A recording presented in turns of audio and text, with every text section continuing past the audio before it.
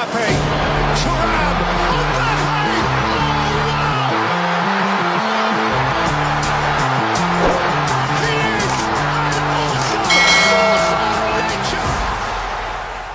እብደት ወይንስ ቁጭት የወለደው ብቃት? ማንቸስተር ዩናይትድ የውድድር ዓመቱን በአውሮፓ መድረክ ሳይሸነፍ በመገስገስ ላይ ነው። መጨረሻው የት ይሆን? አምበሉ ብሩኖ ፈርናንዴዝ አንጸባራቂ ኮከብ ሆኖ ቀጥሏል። ገሃነም ይሆናል ተብሎ የተዛተበት ሳን ማሴስ ለቀይ ሰይጣኖቹ ገነት ሆኖ ጠበቃቸው። ማንቸስተር ዩናይትድ ከስፔኑ አትሌቲክ ቢልባኦ ጋር የነበረውን መርሃ ግብር በፍጹም የበላይነት አሸንፎ ጉዞውን አሳምሯል። ትላንት የነበረውን ጠባሳ ፍቆም አሳይቷል። ይህ ሌጀንድ ስፖርት ነው። ይህንን ቻናል ላይክ፣ ሼር፣ ሰብስክራይብ በማድረግ አዳዲስና ታሪካዊ ስፖርታዊ መረጃዎች ይድረሷችሁ። በዛሬው ጥንቅራችን የማንቸስተር ዩናይትድን አስገራሚ ጉዞና የምሽቱን ትዕይንት እናስመለክታችኋለን። መረጃዎቹን እንቀጥላለን። Mbappe, Thuram,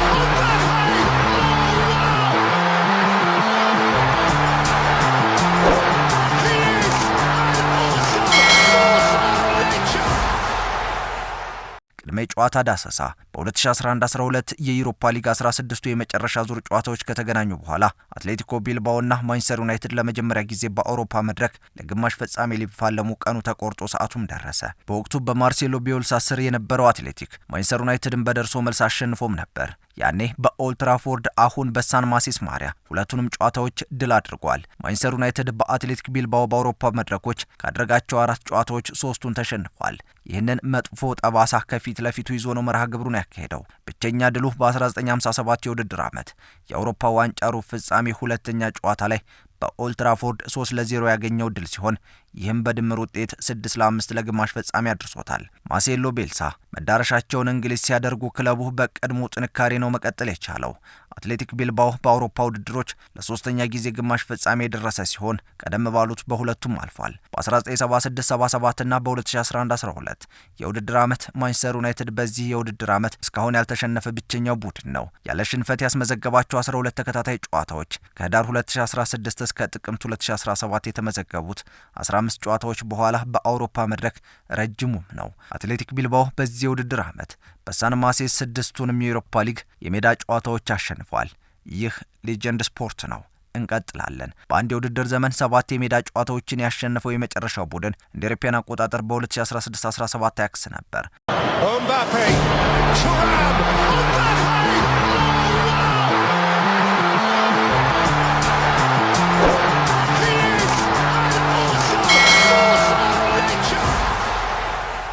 ማንቸስተር ዩናይትድ በዚህ የውድድር ዓመት 28 የዩሮፓ ሊግ ግቦችን አስቆጥሯል።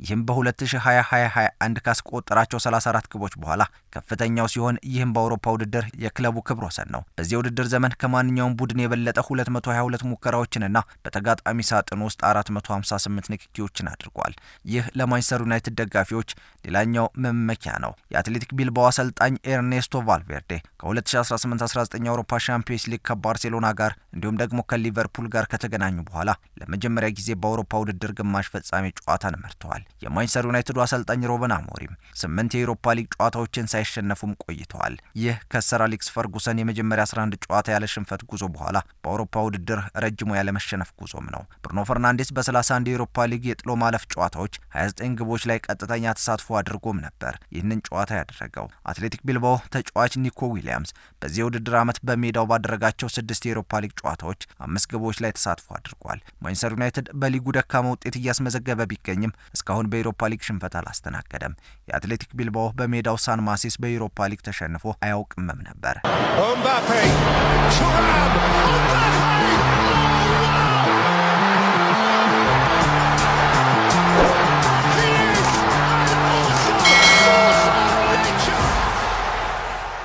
የጨዋታው ወሳኝ ድራማዊ ትዕይንት ተጀመረ።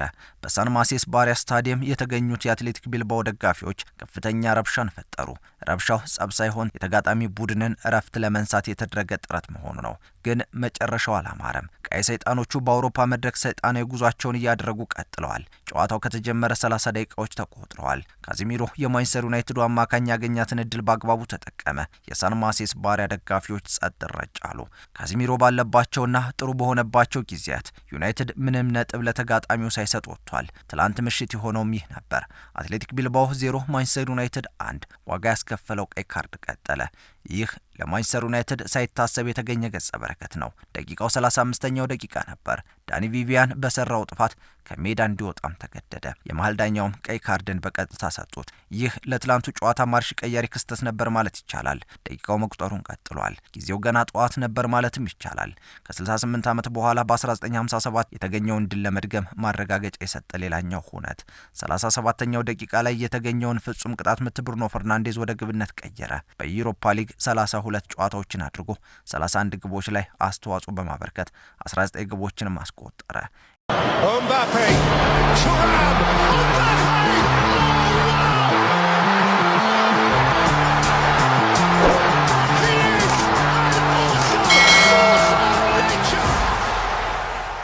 ይህ ዘንድሮ ከቡድኑ በተቃራኒ በአስገራሚ ብቃት እየተጓዘ ላለው ብሩኖ ፈርናንዴዝ ሌላ የታሪክ ከፍታው ማሳያ ነው። ሌላ ተጨማሪ ግብ ለማግኘት ሲያማትሩ የነበሩት ዩናይትዶች ጥረታቸው ሰምሮላቸው እረፍት ከመውጣታቸው በፊት በ45ኛው ደቂቃ ሶስተኛዋን ግብ አስቆጠሩ።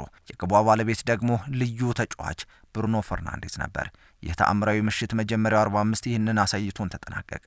በኤሮፓ ሊግ ግማሽ ፍጻሜ የመጀመሪያ ዙር ጨዋታ ማንቸስተር ዩናይትድ በመጀመሪያው አጋማሽ አትሌቲክ ቢልባውን 3-0 እየመራ እረፍት መውጣት ቻለ። በጨዋታው የአትሌቲክ ቢልባው ተጫዋች ዳኒ ቪቪያን በዩናይትድ አጥቂ መስመር ተጫዋች ራስመስ ሆይሉንድ ላይ በሰራው ጥፋት ቀይ ካርድ ቀጥታ ከሜዳ መሰናበቱ ለዚህ ሁሉ ጥንቅጥ ምክንያት ተደርጎም ይቆጠራል። በእርግጥ ባለፉት 3 የጥሎ ማለፍ ጨዋታዎች ዩናይትድ ሲያሸንፍ ሁሉንም በጎደሎ ተጫዋቾች ነበር። ሪያል ሶሲዳድና ሊዮን ከአሁን በፊት ሲሆኑ ዛሬው አትሌቲክ ቢልባው ሶስተኛው ቡድን ሆኗል። ማንቸስተር ዩናይትድ የተጫዋች ብልጫ በመያዝ ወደ መልበሻ ክፍል ተመልሷል። ከረፍት መልስ ተጨማሪ ግቦችን ያስቆጥሩ ይሆን ወይንስ ደግሞ ቢልባው ወደ ጨዋታ ይመለስ የሚለው በጉጉትም ሲጠበቅ ነበር።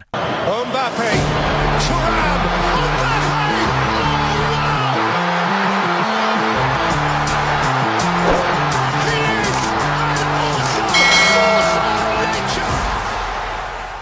የረፍት መልስ ጨዋታና የአማድ ዲያሎ መልስ ሩበን አሞሪም ማንቸስተር ዩናይትድን ከያዙ በኋላ የመጀመሪያው ምርጡ 45 ደቂቃ ነው ማለት ይቻላል።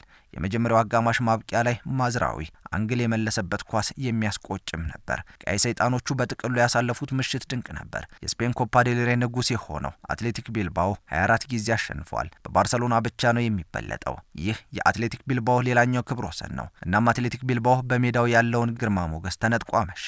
በላሊጋው 10 ግቦችን ብቻ ያስተናገደው ቢልባኦ በዩናይትድ በአንድ ጨዋታ 3 ግቦች ተቆጠሩበት። ዩናይትዶች ያሳለፉት ድንቅ ምሽት እንደተጠበቀ ሆኖ ከወራት ጉዳት በኋላ አማድ ዲያሎ ተቀይሮ ገብቶ ጨዋታውን አድርጓል። ይህ ለማንቸስተር ዩናይትድ ደጋፊዎች እጅግ ደስ የሚል ዜና ነው። ከመጀመሪያው ግማሽ 45 ጋር የማይነጻጸረው ደብዛዛው መልክ የነበረው ሁለተኛው አጋማሽ ያለምንም ተጨማሪ ግብ 3-0 በሆነ ውጤት እንዲጠናቀቅም ሆነ። ማንቸስተር ዩናይትድ አንድ እግሩን ወደ ፍጻሜ ፍልሚያው እያስገባ ይመስላል። የመልስ ጨዋታው የፊታችን ሐሙስ በኦልድ ትራፎርድ የሚደረግ ሲሆን ቢልባኦ ይህንን ቀልብሶ ለማለፍ ከባድ ፈተና እንደሚጠብቀውም ግልጽ ነው። በፕሪሚየር ሊጉ ጥሩ ጊዜን እያሳለፉ ያልሆኑት ቶትንሃምና ማንቸስተር ዩናይትድ የመገናኘታቸው ጉዳይ ቀር ይመስሏል። ለምን ቢባል ቶትንሃም ትላንት ምሽት የኖርዌውን ቦዶን አስተናግዶ 3-1 አሸንፎ የቀጣይ ሳምንት ትዕይንትን በጉጉት እየጠበቀ ነው። ጥንቅራችን አበቃ። ይህ ሌጀንድ ስፖርት ነው። ይህንን ቻናል ላይክ፣ ሼር፣ ሰብስክራይብ በማድረግ አዳዲስና ታሪካዊ ስፖርታዊ መረጃዎች ይድረሷችሁ። ቸር ቆዩልን። Mbappe, Thuram, Mbappe!